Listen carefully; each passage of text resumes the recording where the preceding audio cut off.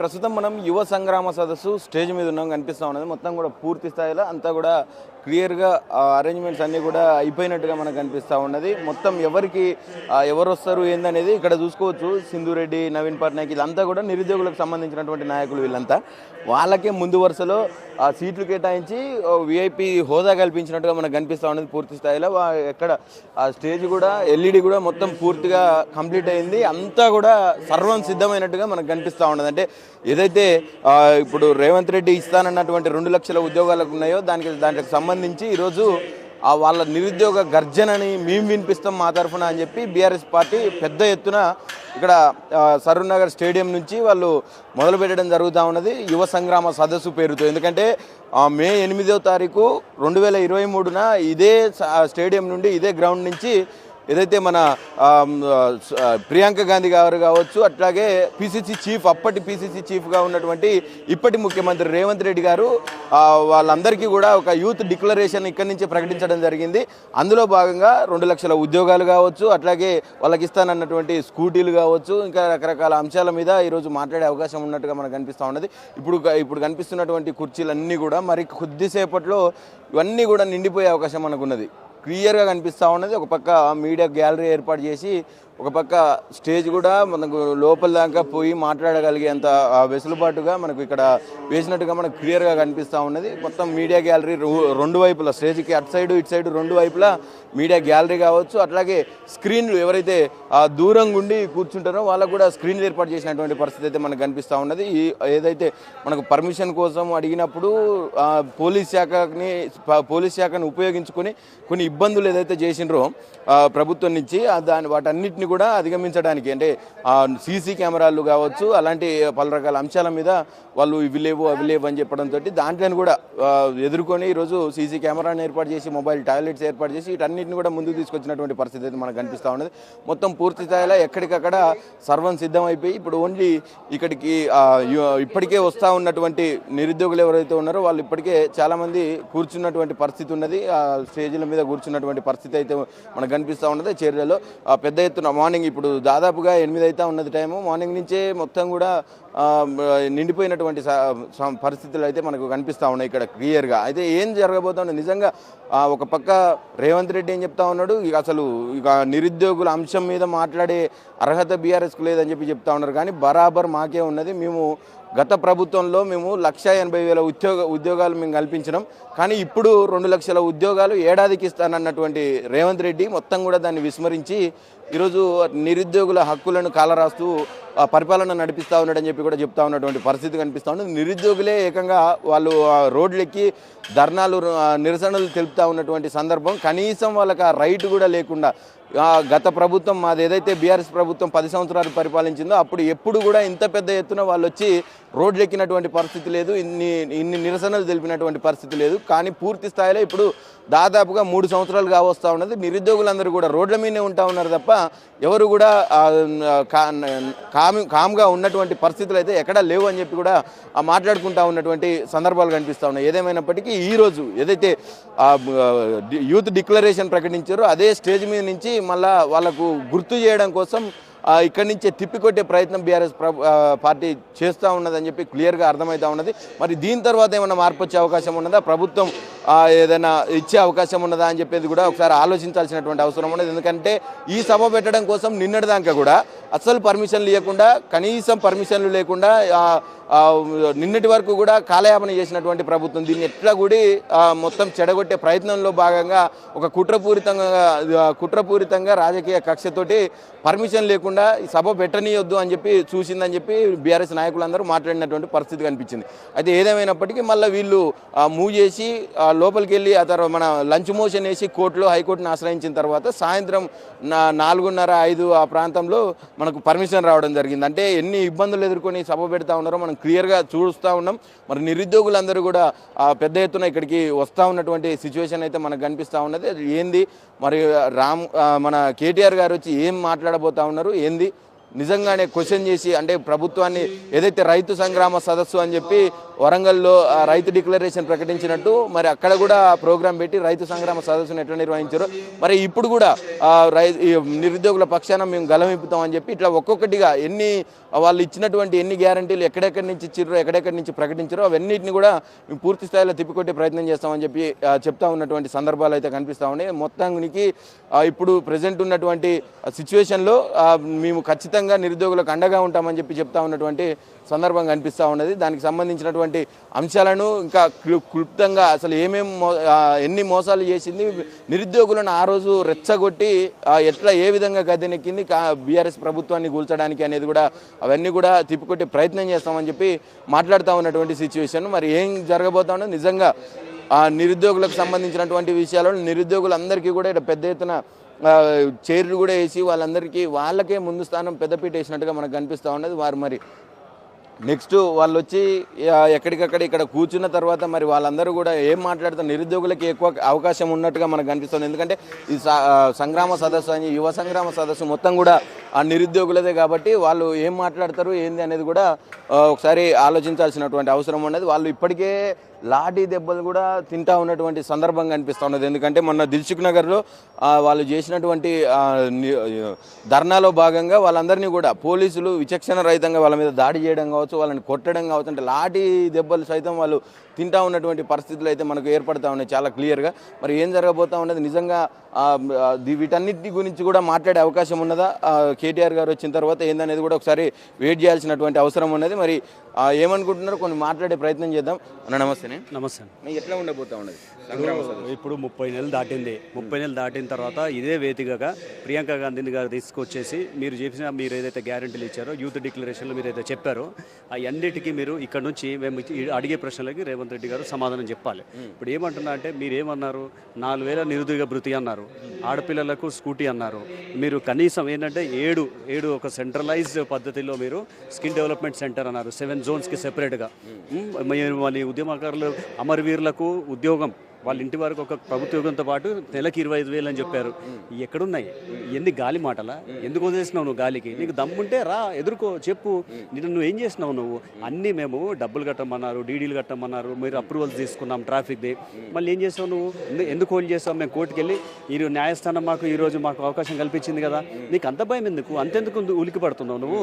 నిరుద్యోగులను ఎదుర్కో, నువ్వు రా క్యాంపస్కి. మమ్మల్ని ఛాలెంజ్ చేసేవాడు కదా నువ్వు క్యాంపస్కి రా, మాట్లాడు. ఎందుకు ఉద్యోగాలు వస్తలేవు అంటే నువ్వు సెటిల్మెంట్ల దందా కోసం ముఖ్యమంత్రి అయినవా? నీ భూదాహం తీసుకోవడానికి ముఖ్యమంత్రి అయినవా? నిరుద్యోగుల బాధ నీకు పట్టట్లేదా?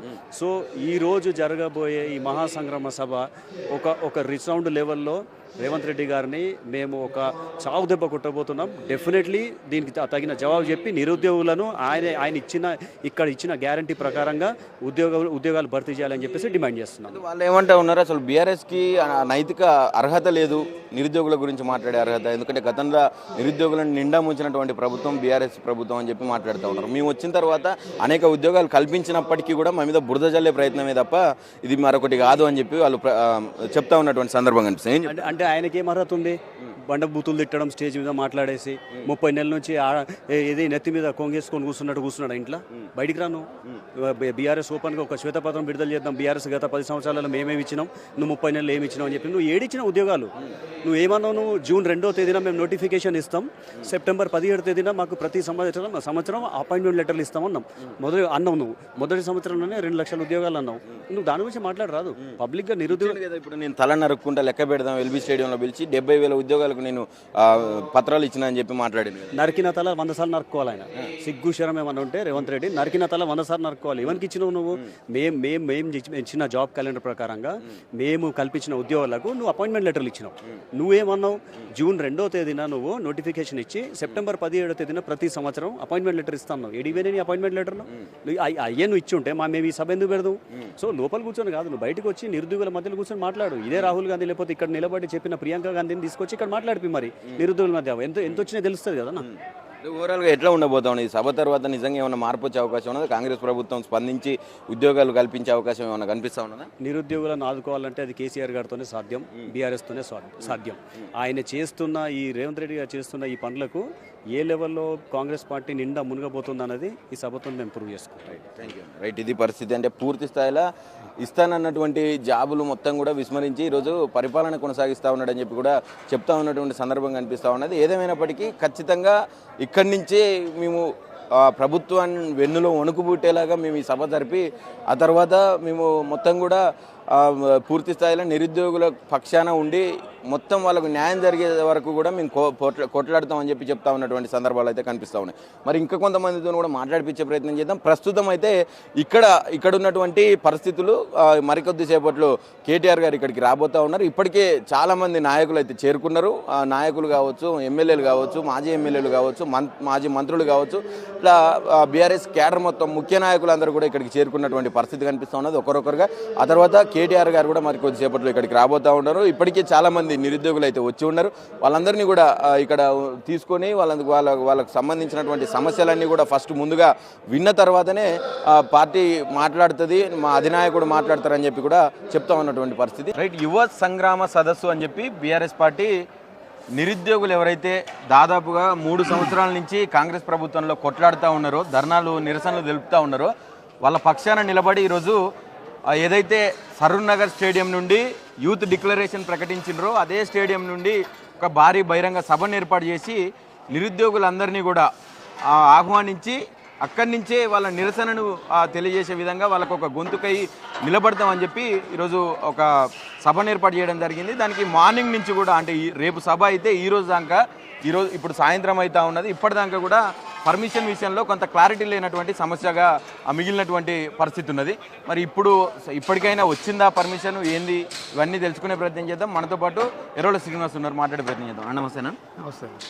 వచ్చిందా ఇప్పటికన్నా పర్మిషన్? దాదాపుగా 4 అవుతా ఉంది టైం. ఇప్పుడు ఈ ప్రభుత్వం ఈ మీటింగ్ని అడ్డుకోవడానికి, ఈ యువజన సంగ్రామ సదస్సు జరగకుండా చూడాలని అనేక కుట్రలు గత 3 రోజుల నుంచి చేస్తూ ఉన్నారు.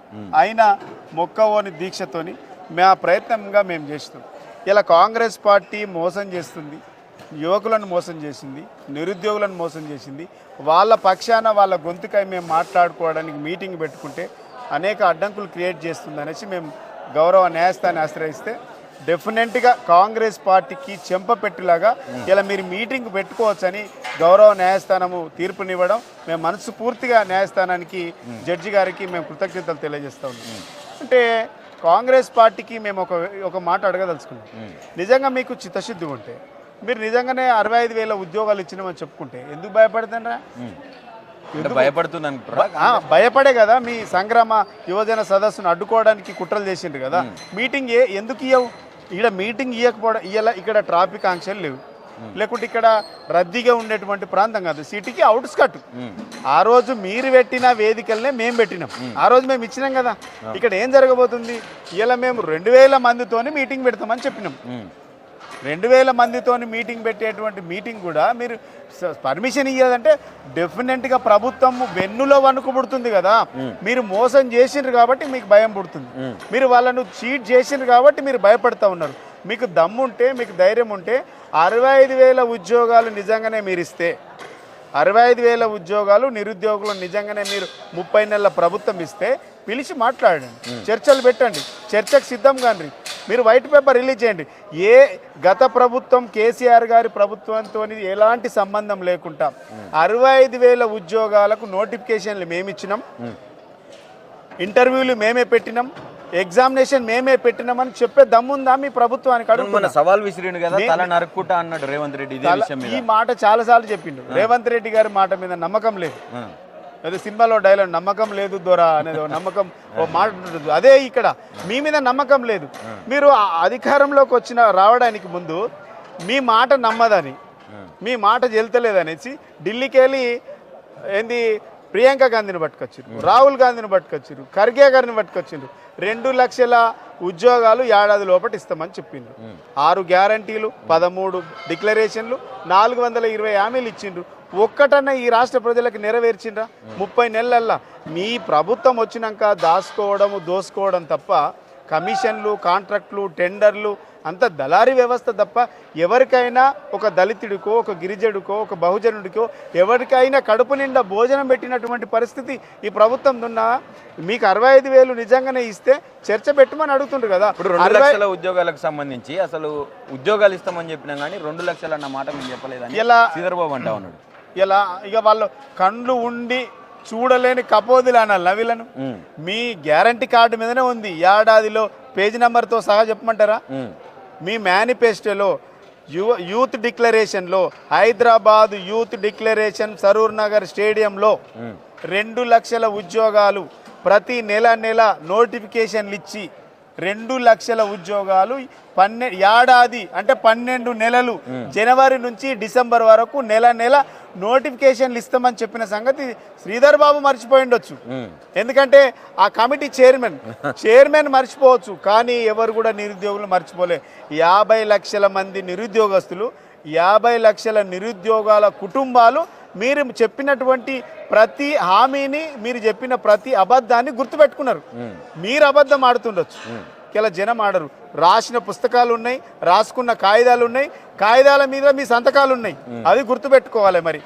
కాబట్టి మీ అబద్ధాలు ఇంకా అంటే కాంగ్రెస్ అంటేనే అబద్ధం, మోసం, దగ అన్నీ వాళ్ళు కరప్షన్ ఇవ ఏమైనా మాట్లాడతారు. కాబట్టి వాళ్ళు ఏమంటున్నారంటే అన్న బీఆర్ఎస్కు నిరుద్యోగుల తరఫున నిలబడి కొట్లాడేది కాదు, కనీసం వాళ్ళ హక్కుల గురించి మాట్లాడే అర్హత కూడా లేదు. ఎందుకంటే గత ప్రభుత్వంలో 10 సంవత్సరాలు పరిపాలించి నిరుద్యోగులను నిండా ముంచిన ఘనత బీఆర్ఎస్ ప్రభుత్వం అని చెప్పి వాళ్ళు మాట్లాడతాము. ఓకే, మీరు నిండా ముంచిండ్రు అంటుండ్రు. ఈ 65,000 ఉద్యోగాలకు నోటిఫికేషన్లు ఇచ్చిండో ఒకసారి పుస్తకాలు ఓపెన్ చేసి, ఫైల్ ఓపెన్ చేసి చూపిస్తారా? మరి దమ్ముందా? కేసీఆర్ ప్రభుత్వంలో 1,63,000 ఉద్యోగాలు ఇచ్చినటువంటి ఘనత మా ప్రభుత్వాన్ని. ప్రైవేట్ కంపెనీలలో, సాఫ్ట్వేర్ ప్రైవేట్ కంపెనీలలో 20 లక్షల ఉద్యోగాలు ఇచ్చి యువకులను ఆదుకున్నటువంటి ప్రభుత్వం మాది. మీరేదో గొప్పగా చేస్తారంటే కదా మీకు అవకాశం ఇచ్చిండ్రు. ఇలా 2 లక్షల ఉద్యోగాలకు నోటిఫికేషన్లు ఇస్తామని చెప్పండి ఏడాదిలో. ఎందుకు ఇవ్వలేదు అంటున్నాం. 25,000తో మెగా డిఎస్సి పెడతామని చెప్పిండు, ఎందుకు పెట్టలేదని మా నిరుద్యోగులు అడుగుతుండ్రు కదా. మీకు దమ్ముంటే నిరుద్యోగులు అడిగినటువంటి ప్రశ్నలకు మీ దగ్గర సమాధానం లేదు. ఇలా 30 నెలల నుంచి నిరుద్యోగులు అనేక సార్లు మంత్రిని కలవడానికి అపాయింట్మెంట్ కోసం అడుగుతుండ్రు. 30 నెలల్లో ఏ ఒక్క మంత్రి, ముఖ్యమంత్రి నిరుద్యోగులకు అపాయింట్మెంట్ ఇవ్వనటువంటి దుస్థితి. మరి నిజంగానే మీరు 2 లక్షల ఉద్యోగాలు, 65,000 ఉద్యోగాలు మీరు ఇస్తే ఎందుకు ఇవ్వడానికి భయపడుతుంటారు? అంటే నిరుద్యోగులు కనబడితే తంతరనే భయం మీకున్నది కాబట్టి మీరు వాళ్ళకి అపాయింట్మెంట్ ఇవ్వట్లేదు. ఇలా వాళ్ళ పక్షాన మేము మాట్లాడుతూ ఉన్నాం. వాళ్ళని రోడ్డు మీద గుంజిండ్రు, వాళ్ళ జీవితాలతో ఆడుకున్నారు. ఇలా మిమ్మల్ని నిరుద్యోగులు ఎక్కడైనా కనబడితే బట్టలు ఇప్పి కొడదామన్నంత కసి మీద ఉన్నారు. వాళ్ళ మీదనే లాఠీ చార్జ్ జరుగుతుంది. అందుకనే ఇలా ఎందుకంటే ఓడ దాటినాక ఓడ మల్లప్ప, ఓడ దాటినాక బోడ మల్లప్ప అనే సామెత ఉంది కదా. ఎన్నికల ముందేమో ఆమెల వర్షం కురిపించింది, ఎన్నికల తర్వాతనేమో లాఠీల వర్షం కురిపిస్తా ఉన్నారు. ఇది వీళ్ళ నీతి. ఇలా వీళ్ళు మాకు మాట్లాడేటోళ్ళు, మీరు నీతులు చెప్పేటోళ్ళు ఏంటి మా కాంగ్రెస్ వాళ్ళు. కొంచెమన్నా జ్ఞానంతో మాట్లాడాలి. మీకు చిత్తశుద్ధి ఉంటే నిరుద్యోగులకు ఇచ్చినటువంటి హామీలు నెరవేర్చుకోవడం ఫెయిల్ అయినామని అశోక్ నగర్ చివరస్తకు వచ్చి చెంపలేసుకోండి. 10 పాస్ అయితే 10,000 ఇస్తామన్నారు కదా, ఇంటర్మీడియట్ పాస్ అయితే 15,000 ఇస్తా అన్నారు కదా, డిగ్రీ పాస్ అయితే 25,000 ఇస్తా అన్నారు కదా, పీజీ పాస్ అయితే 1,00,000 ఇస్తా అన్నారు కదా, పిహెచ్డి పాస్ అయితే 5 లక్షలు ఇస్తా అన్నారు కదా, 5 లక్షల భరోసా కార్డు ఇస్తామన్నారు కదా, 10 లక్షల భరోసా కార్డు ఇస్తామని చెప్పిండ్రు కదా సబ్సిడీ కింద. ఏమైంది? అమ్మాయిలకు స్కూటీలు ఇస్తాను, ఒక్క స్కూటీ వచ్చిందా? ఒక్కరికి ఉద్యోగం వచ్చిందా? ఒక్కరికి 10 పాస్ అయిన వాళ్ళకు 10,000 పైసలు వచ్చినాయా? ఈ 3 నెలల్లో లక్షల మంది విద్యార్థులు పాస్ అయి బయటకు పోయినారు, ఒక్కరికన్నా 10 రూపాయలు వచ్చినాయని అడుగుతా ఉన్నాం. అంటే మీరు నిరుద్యోగులు అంటే భయము, విద్యార్థులు అంటే భయము, ప్రతిపక్షాలంటే భయము, భయంలో గంటకు తన వ్యక్తిత్వాన్ని కోల్పోతున్నటువంటి ప్రభుత్వం ఈ కాంగ్రెస్ ప్రభుత్వం. కాబట్టి మీ ప్రభుత్వం ఎన్ని చెప్పినా మిమ్మల్ని ప్రజలు నమ్మరు, నిరుద్యోగులు నమ్మరు, ఉద్యోగులు నమ్మరు, ప్రతిపక్షాలు నమ్మరు, రైతులు నమ్మరు, ఎవ్వడు నమ్మని అందరూ రిజెక్ట్ చేసిన ప్రభుత్వం భారతదేశంలో ఏదైనా ఉందంటే ఈ తెలంగాణ రాష్ట్ర ప్రభుత్వం. కాబట్టి నిరుద్యోగులకు నేను ఒకటే అప్పీల్ చేస్తూ ఉన్నా, మీరు అందరూ పెద్ద ఎత్తున రేపు జరిగేటువంటి ఈ యువ సంగ్రామ సదస్సుకు మీరు రావాలి. మీకు కాంగ్రెస్ పార్టీ మోసం చేసింది, ఆ మోసాల నీడ ఎండగట్టాల్సినటువంటి అవసరం ఉంది. ఇక్కడ నుంచే కాంగ్రెస్ పార్టీని పాతరేయాల్సినటువంటి అవసరం ఉంది. పెద్ద ఎత్తున నిరుద్యోగులు యువత అందరూ రావాలి.